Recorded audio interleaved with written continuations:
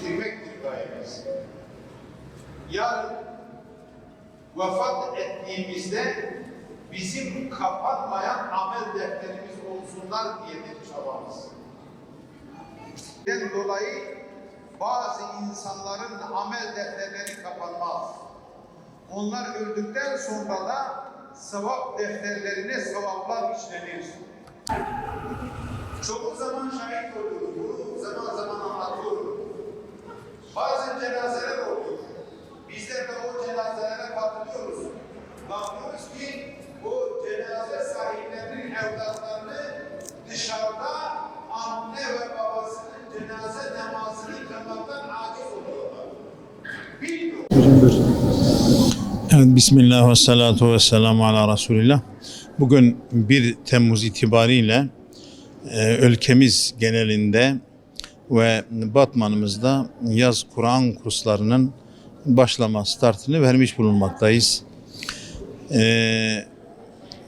Bugün çocuklarımız camilerimizi şenlendirecekler ve camilerimiz yavrularımızla, çocuklarımızla buluşacak.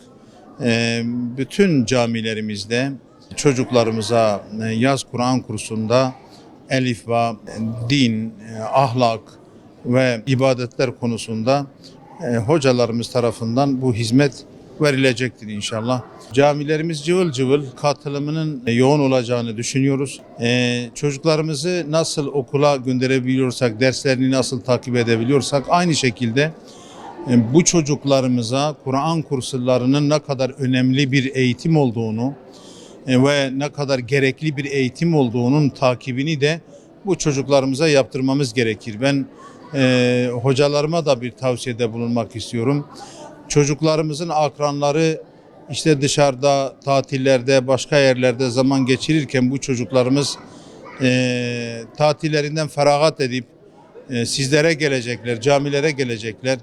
Bu gelen çocuklarımıza bir anne şefkatiyle, bir baba şefkatiyle sahip çıkmayı, onları incitmemeyi, onlara dinimizi sevdirmeyi, kültürümüzü sevdirmeyi, milli ve manevi değerlerimizi sevdirmeyi çok önemsiyoruz.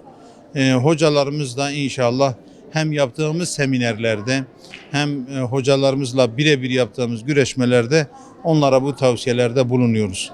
Cenab-ı Allah emeğimizi boşa çıkarmasın.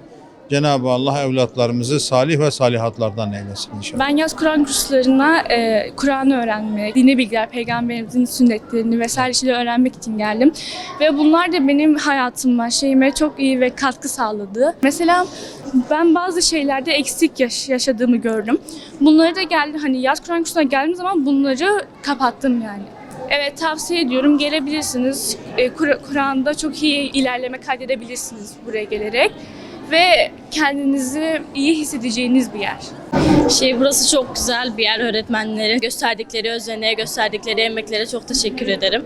Burayı çok tavsiye ediyorum. Mesela ben geldim buraya Kur'an'ımı öğrenmeye ve çok iyi bir yer olduğu için devam etmeye başladım. 3 dönemde buraya gelmeye devam ediyorum. Burada Kur'an öğreniyoruz. Peygamber Efendimizin bazı ahlaklarını öğreniyoruz. Ben daha önce de Kur'an okudum. Gençlerle beraber burada Kur'an okuyoruz. Hatta Kur'an'a hatim etmişliğimiz de vardır. Buraya hem pekiştirmek amacıyla hem de beraber arkadaşlarımız oluyor. Bir arkadaş gruplarımız da var oluyor. Böylece hem Kur'an öğreniyoruz hem de eğleniyoruz. Tavsiye ediyorum herkese. Herkese de açıktır.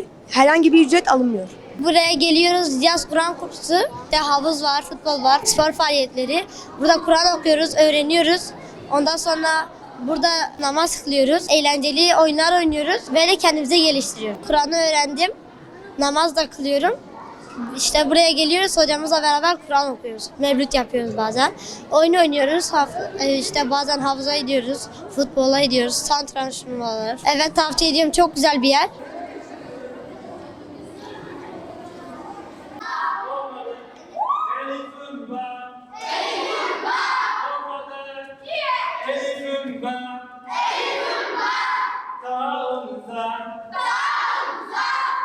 Gençlik merkezi açık.